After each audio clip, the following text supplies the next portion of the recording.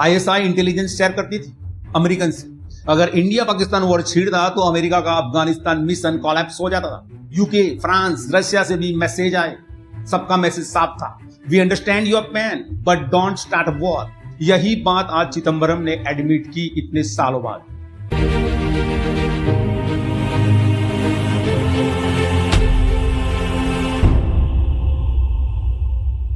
नमस्कार दोस्तों, आपका स्वागत है द ट्रेंडिंग टॉक में। आप जुड़ रहे हो संजय पटेल के साथ।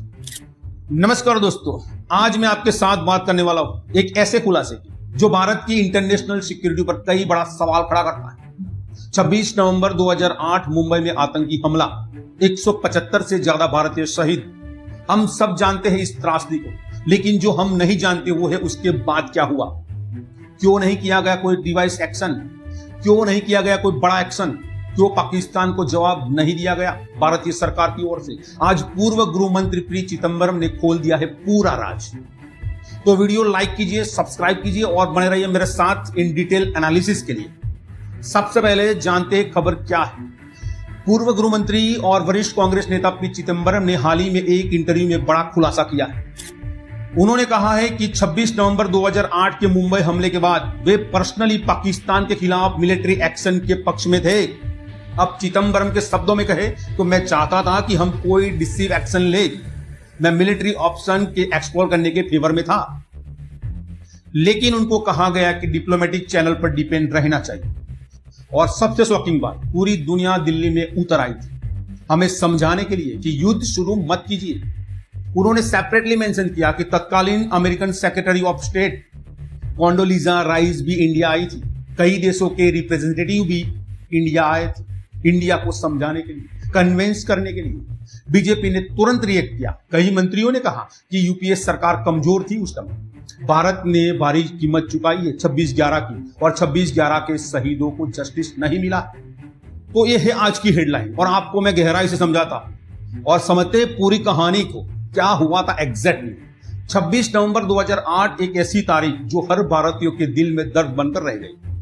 शाम के 9:20 मुंबई, भारत की आर्थिक राजधानी, अचानक गोलियों की आवाज, धमाके, चीखे। 10 पाकिस्तानी आतंकवादी समुद्र के रास्ते मुंबई पहुंचे। वो कराची से स्पीड बोट के जरिए निकले थे। रास्ते में Indian fishing boat MV Kuber को हाईजैक किया, कैप्टन को मार दिया और मुंबई के कोस्ट पर लैंड हो गए।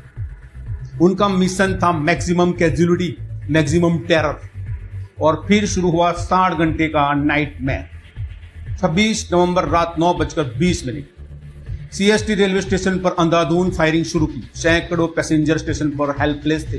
58 लोग मारे गए, 100 से ज्यादा घायल हुए।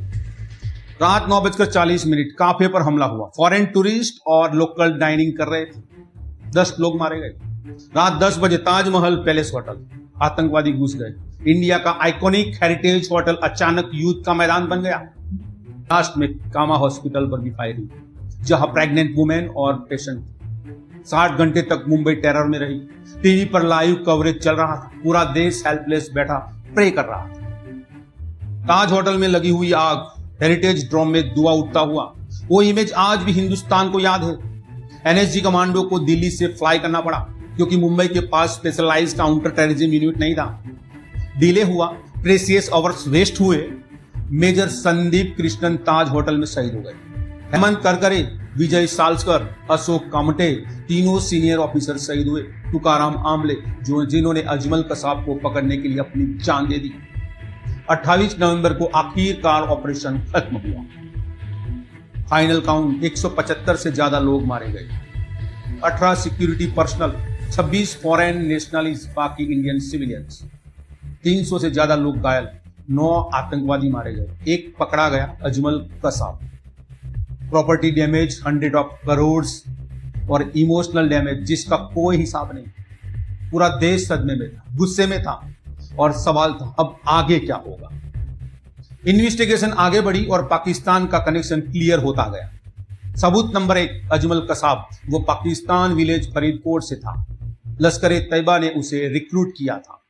सबूत नंबर 2, जीपीएस और सैटेलाइट फोन्स पाकिस्तान से सिग्नल और लोकेशन कंफर्म कर रहे। सबूत number 3, voice recording, Pakistan handler से लाइव इंस्ट्रक्शन मिल रहे।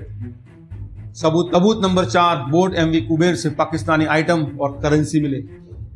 सबूत नंबर 5, इंटरनेशनल इन्वेस्टिगेशन, FBI और डेविड हेडली ने भी पाकिस्तान का लिंक कंफर्म किया। इंडिया ने पाकिस्तान को सारे एविडेंस दिए। पाकिस्तान का रिस्पॉन्स पहले डिनाई का, फिर झूठ और फिर नॉन स्टेट एक्टर का एक्सक्यूज। पूरी दुनिया जान गई थी सच्चाई, लेकिन पाकिस्तान अपनी पुरानी आदतों पर फिर टिका रहा। अब सवाल था इंडिया का एक्शन क्या होगा।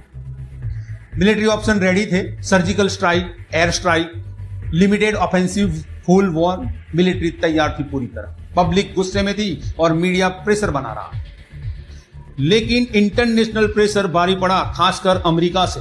2008 में अमेरिका का अफगानिस्तान वॉर चल रहा था और पाकिस्तान उनकी लाइफलाइन था। कराची से सप्लाई जाती थी अफगानिस्तान और स्पेस यूज होता था पाकिस्तानियों का। ISI इंटेलिजेंस शेयर करती थी अमेरिकन से। अगर इंडिया पाकिस्तान वॉर छीड़ता तो अमेरिका का अफगानिस्तान मिशन कोलैप्स हो जाता था।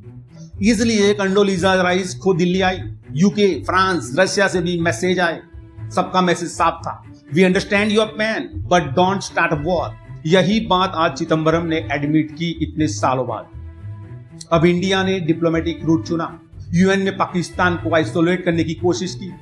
क्रिकेट सीरीज कैंसिल हुई, डोजियर भेजे गए, FATF ग्रे लिस्ट में पाकिस्तान को डाला गया। रिजल्ट, हाफिज सईद बार बार हाउस अरेस्ट हुआ, कसाब का ट्रायल हुआ और लास्ट में 2012 में फांसी भी हुई। लेकिन मास्टरमाइंड पाकिस्तान में आज भी सेफ है। जस्टिस मिला पार्शली, इनकम्प्लीट और इनसेटिस्फैक्टरी। अब सवाल है कि चिदंबरम ने यह खुलासा अभी क्यों किया। इन पर गौर दीजिए। पॉइंट 1, अमेरिका इंटरनली वीक है। पॉइंट 2, इंडिया ग्लोबली स्ट्रांग है।